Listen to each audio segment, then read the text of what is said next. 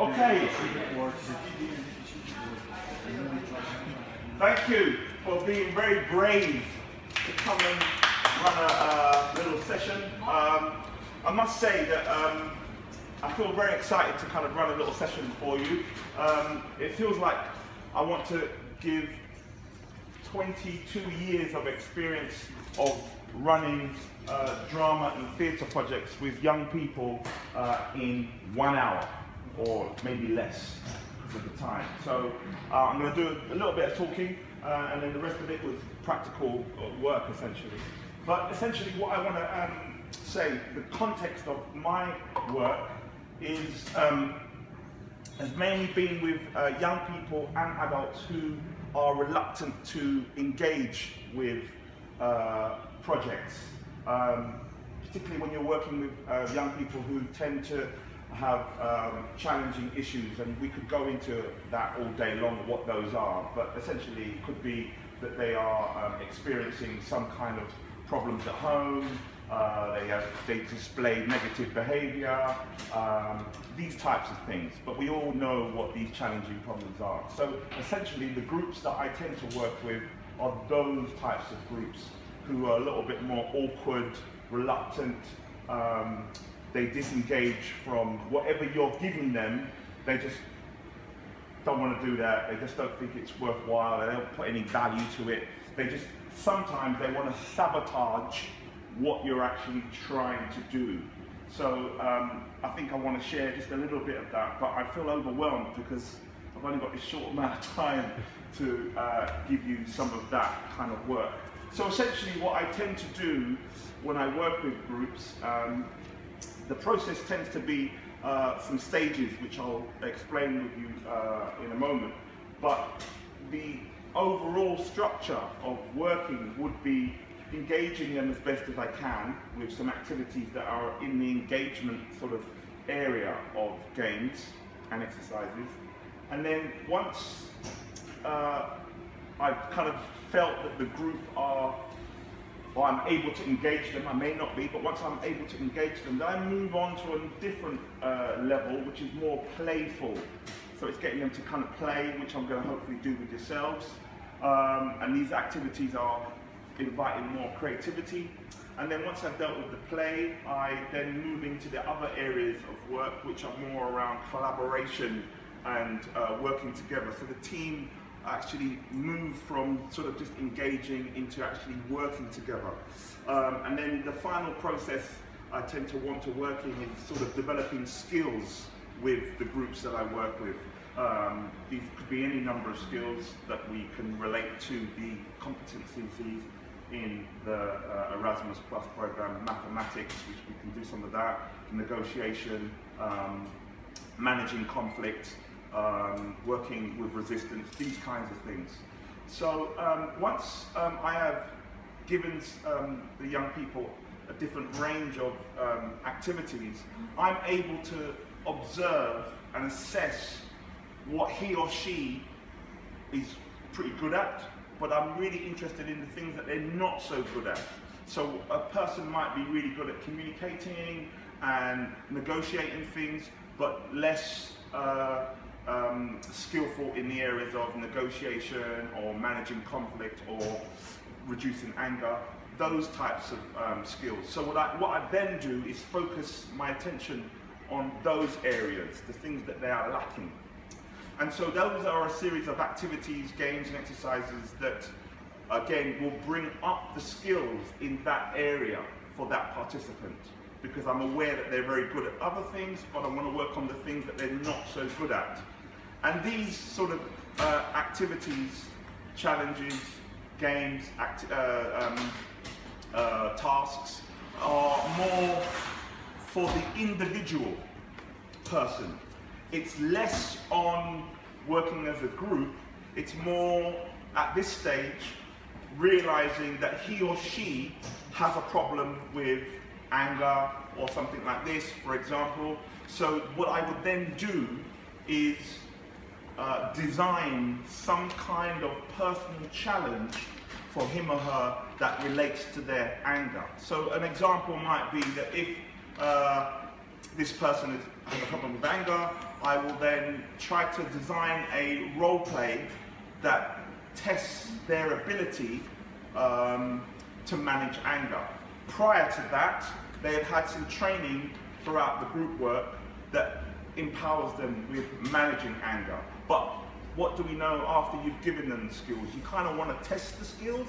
So you want to create a kind of realistic situation as best as you can to know whether he or she is actually putting all of that learning into, they're applying it into the task. So that is really done by me thinking of an exercise or role play that will challenge him or her on their anger. And the group members are involved, but it's really the one person that we are looking at. And then we as a group can discuss, perhaps after the challenge, after the activity, what did we think? How did he or she do? Because we're all witnessing the sort of transition from the whole program, but we could really be in a better place to say, yes, I believe Jo was really good. She seemed to be less angry this time. Or we could say, well, Jo, you still got a problem. When Tony confronted you and started swearing, you lost it and you started becoming whatever. So these are some of the ways that I try to apply these activities. So I'm going to take you through a little bit of that in a sort of about half an hour, really, 40 minutes. The first thing I want to say, essentially, this kind of training I would normally do over a whole day with people, just sort of focusing on a particular area, but I'm going to try and do it within the short amount of time. The first thing I tend to do is spend quite a lot of time on planning the project. So obviously all of you, I imagine, will be working with young people in some point, and you're going to obviously deliver your program.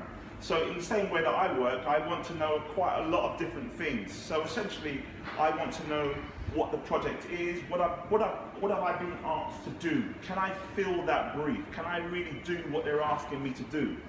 So that requires me to do some sort of homework, essentially. And that might mean thinking about, okay, so what's the space we're going to work in? So if I was asked to run a workshop here with some young people, and this was the space, I'd go, oh my gosh, we've got a bar. What the young people are going to do when they come into a space with a bar? And already there's resistance drawing the focus away from the activity, because some young people will want to go and mess around with the bar.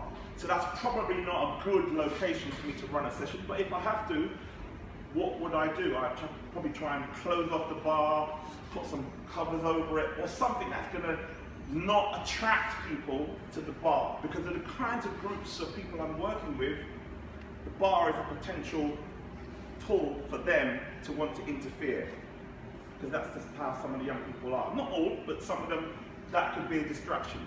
It could be that you're working in a room where there are objects in the room that you can't move. If you're in a school and you work and you've been asked to run a session in a science laboratory, you can't move big desks because they're fixed. So you really have to pay some attention to the actual space that you're running in. So if you're going to pay attention to the space, then you really have to think, well, what can I do within that space? Yesterday we were out in the big field, in the big playground, so we could play big games. And that's a nice way to use those types of games in that big space. You can also use small types of games, but what I'm basically saying is just give some consideration to the location that you're working in, because that determines what you can actually achieve. So the location is quite important. The other areas to think of, which is all kind of common sense essentially, is around your team.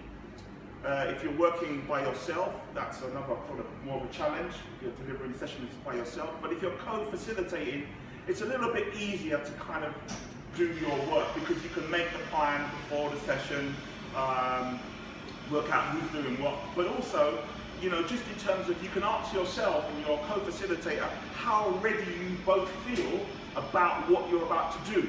If you're about to deliver a topic that's around sexual health or drugs, one of you may feel, look, I don't feel I have enough confidence in this particular topic.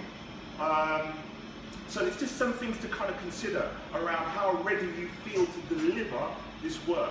You know, 100%, 50%, or I'm a little bit edgy on this part, maybe it's only 20%. But having that discussion with your co-facilitator would be a useful thing to do in terms of your project planning.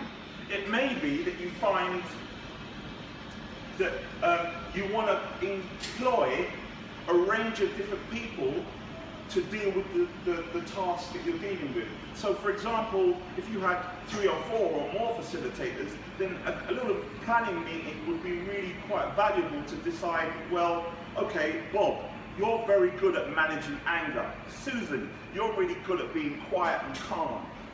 David, you're really good at perhaps, you know, speaking out loud and playing the fool.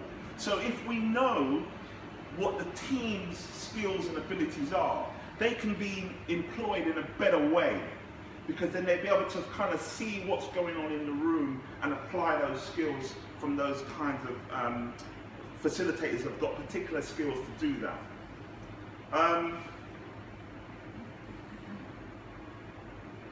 It'd be worthwhile to just have a sense of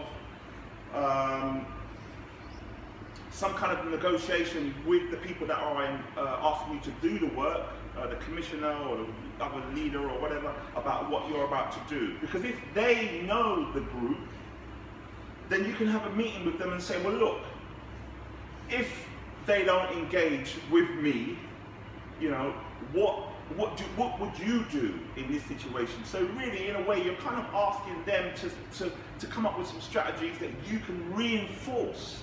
It may be that this place that we're working in has already rules in it. In this place that they come to, do not do this, do not do that, da da da da da da da da. And if they break those rules, then they're obviously the people that have organised this, they have consequences essentially for these rules that are broken. My job, in a way, is to get behind these rules as the sort of first barrier to say, I'm in the session. At the end of the session, I can kind of go, well, look, I said, you know, this happened, and I did what you go by, but it's not working.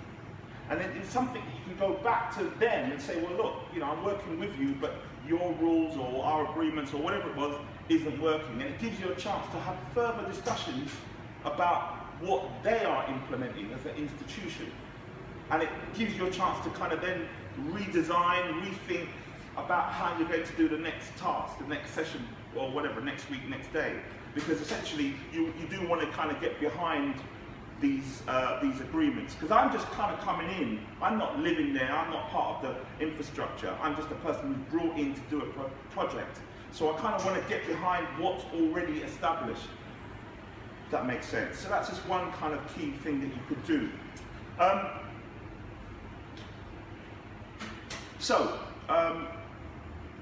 I was talking earlier about different sort of approaches. Let's just imagine that you're a kind of group of young people who are slightly disengaged, unreluctant, a bit shy, a bit overactive. Maybe one of you've got ADHD, one of you's shy, whatever, it doesn't matter. But if you just give yourself a little sort of 30 to 40% of that kind of behavior in this kind of training, it might help me to kind of show you what I might do, particularly if I'm working by myself or I'm working with other people. But it just helps me as a facilitator know what I can do and what I'm struggling with, what I can go back to the person who's asked me to do the job about the problems that I'm experiencing. So one of the sort of things I'm trying to do, when you start off working, I particularly like to work with everybody as a group, rather than, oh, can I just borrow you one person to come out and do something? I don't do that on a brand new day, brand new group. Why? Because it's dangerous. I don't know how this person's feeling. To stand by themselves, alone, it's, you know, it could be embarrassing. It could make them feel like, why are you picking on me? So you kind of want to get everybody involved in the task, as opposed to sort of picking out one or two people. So I would try to do something that's quite fun and interesting. So around what we did when we first arrived on the first day, we learnt names. And so there are many name games. You could Google all day long for name games.